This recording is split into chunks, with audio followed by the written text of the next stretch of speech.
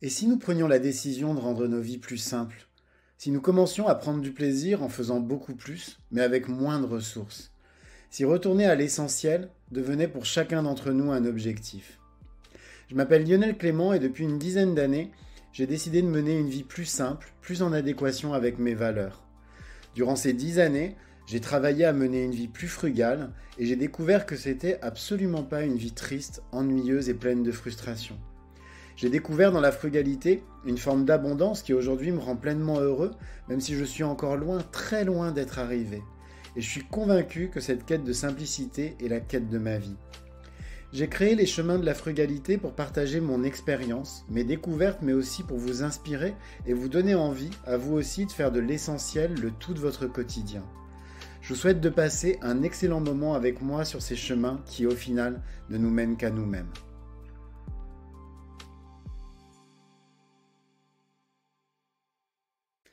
Cette semaine, je vais revenir à un de mes sujets de prédilection, la nourriture.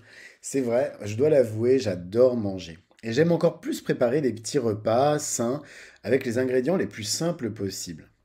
En fait, s'il y a bien un truc que je déteste, c'est ouvrir un livre de recettes et me rendre compte que je ne connais pas plus de la moitié des ingrédients qui sont dedans. Ça m'énerve prodigieusement. En fait, j'ai vraiment l'impression dans ces moments-là de me retrouver face à une montagne à gravir, et pour en avoir gravi quelques-unes dans mes vies sportives, je comprends que beaucoup de personnes baissent les bras et ne fassent pas d'efforts pour revenir à une alimentation plus simple et faite maison. Cette semaine, donc, on va parler de légumes que j'adore, même s'ils sont pas très populaires dans les assiettes des Français. Ce sont les légumes secs, qu'on appelle aussi les légumineuses. En fait, en matière de consommation de légumineuses, les Français sont un peu les très mauvais élèves de la classe. On en consomme 4 fois moins que tout le reste du monde, alors qu'elles devraient avoir une place de choix dans nos menus. Personnellement, je suis toujours stupéfié quand je me rends compte qu'elles sont la plupart du temps bien planquées dans les magasins. Alors, mis à part les pois chiches et les haricots blancs ou rouges qu'on trouve au rayon conserve, les versions sèches, elles, se retrouvent dans les rayons plutôt bas, quasi invisibles, vers les pommes de terre et les oignons. Cette semaine, c'est promis, je vais vous faire aimer les légumineuses. Et vous allez voir que, sèches ou en boîte, elles vont vous apporter de très nombreux bienfaits. Quelles sont les principales légumineuses? Alors en fait, il faut savoir que dans le monde, il existe plus de 13 000 variétés de légumineuses. C'est tout simplement incroyable quand on sait qu'on arrive à peine à en trouver 3 ou 4 variétés différentes dans nos supermarchés. Néanmoins, on peut regrouper toutes ces catégories en 6 catégories. Les 6 catégories d'ailleurs qu'on va explorer dans les épisodes de cette semaine. Premièrement, vous avez les pois. Donc les pois, les petits pois, les pois cassés, les pois chiches.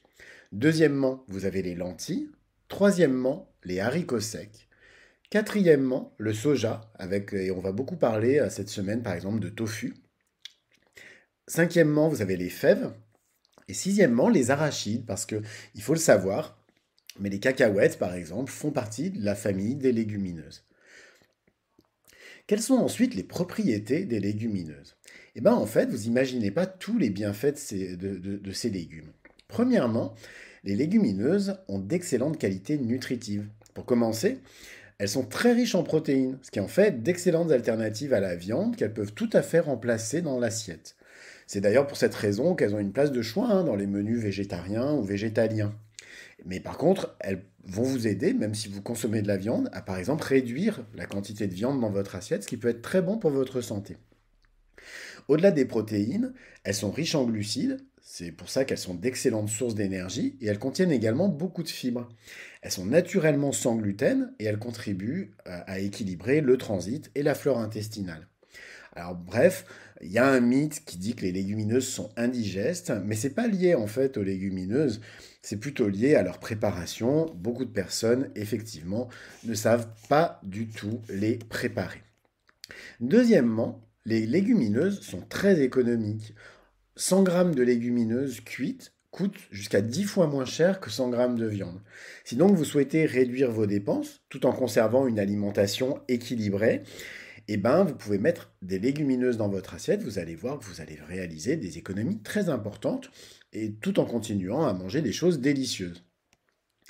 Troisièmement, La culture des légumineuses permet une plus grande diversité et ça permet notamment de préserver la qualité des sols et de favoriser par exemple une rotation des sols en agriculture. Donc très clairement, le fait de consommer des légumineuses favorise le fait qu'on va en cultiver plus que d'autres types d'aliments. Comment bien choisir ces légumineuses? Alors dans la mesure du possible, il faut plutôt les acheter sèches qu'en boîte. Vous allez produire moins de déchets et vous aurez le bonheur de pouvoir explorer toute la diversité des légumineuses et tout ce que vous allez pouvoir en faire culinairement. Alors attention néanmoins, les légumineuses, elles peuvent contenir des quantités importantes de résidus de pesticides. C'est pour ça qu'il faut mieux les préférer bio pour être certain de déguster des légumineuses de bonne qualité. Enfin, parce qu'elle dépanne, n'hésitez pas à garder quelques boîtes de pois chiches ou de haricots dans votre garde-manger. Même si je ne suis pas quelqu'un qui plébiscite à mort les boîtes de conserve, ça fait gagner du temps. Et c'est clair que quand on est pressé, ça permet de pouvoir manger sainement de manière beaucoup plus simple que de devoir faire cuire, par exemple, des légumineuses sèches. Est-ce que les légumineuses se conservent bien? Alors, comme tous les aliments secs, les légumineuses n'ont pas de date de péremption, malgré ce qui est écrit, vous voyez, sur les sachets ou sur les boîtes de conserve. Et ça permet de les conserver indéfiniment. À condition, bien entendu, de les conserver dans des bonnes conditions, c'est-à-dire dans des endroits secs, si possible à l'abri de la lumière. Elles prennent très peu de place et donc ça permet de les stocker très facilement sans aucun souci. Une fois cuites, on peut tout à fait les conserver quelques jours dans un tupperware bien fermé, directement au frigo. N'hésitez pas donc à en faire cuire par exemple une plus grande quantité pour pouvoir disposer de légumineuses, par exemple pour tous vos repas. Est-ce qu'elles sont faciles à préparer? Alors beaucoup de personnes sont rebutées par la préparation des légumineuses, qui est un peu réputée très longue, notamment la cuisson. Or, bien préparer les légumineuses sans se prendre la tête, c'est plutôt une question d'organisation. Pour les pois chiches ou encore les haricots secs qui nécessitent des temps de trempage longs pour pouvoir cuire correctement, vraiment ce qui est important, c'est d'anticiper. Et pour ça, le plus simple, c'est de les faire tremper la veille, comme ça, dès le lendemain matin, vous pourrez les faire cuire sans aucun problème. Et si votre souhait, c'est plutôt de les faire cuire en fin de journée, vous avez juste à changer l'eau de trempage le matin en vous réveillant.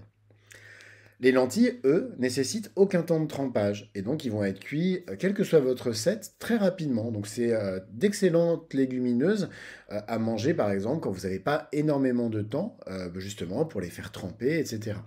En moins de 30 minutes, vous aurez vos lentilles qui seront cuites et prêtes à être mangées.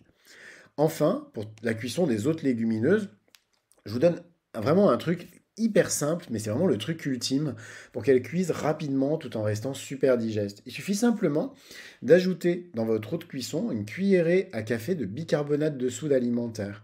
Et vous allez voir que ça va réduire de manière très significative le temps de cuisson et ça va les rendre aussi beaucoup plus digestes. Enfin, avec les légumineuses, il n'y a vraiment aucune limite à votre imagination. Vous pouvez tout à fait les intégrer dans plein de plats, mais aussi dans les desserts. Je vais vous donner cette semaine sur le blog, par exemple, ma recette de brownie au chocolat, dans lequel on va remplacer les œufs par des haricots rouges. Et vous allez voir que vous allez m'en dire des nouvelles, c'est absolument délicieux. Cet épisode des chemins de la frugalité est maintenant terminé. Alors comme d'habitude, je vous invite, si vous aimez mon podcast, à vous y abonner ou à lui mettre 5 étoiles sur votre plateforme de podcast préférée. Vous pouvez même déposer un commentaire. Et ça va beaucoup m'aider à bien le référencer, c'est-à-dire à le rendre plus visible. Et puis sinon, vous pouvez aussi le partager autour de vous afin de le faire connaître à vos proches. En attendant, je vous souhaite à tous une très belle journée et je vous dis à demain pour un nouvel épisode. Au revoir.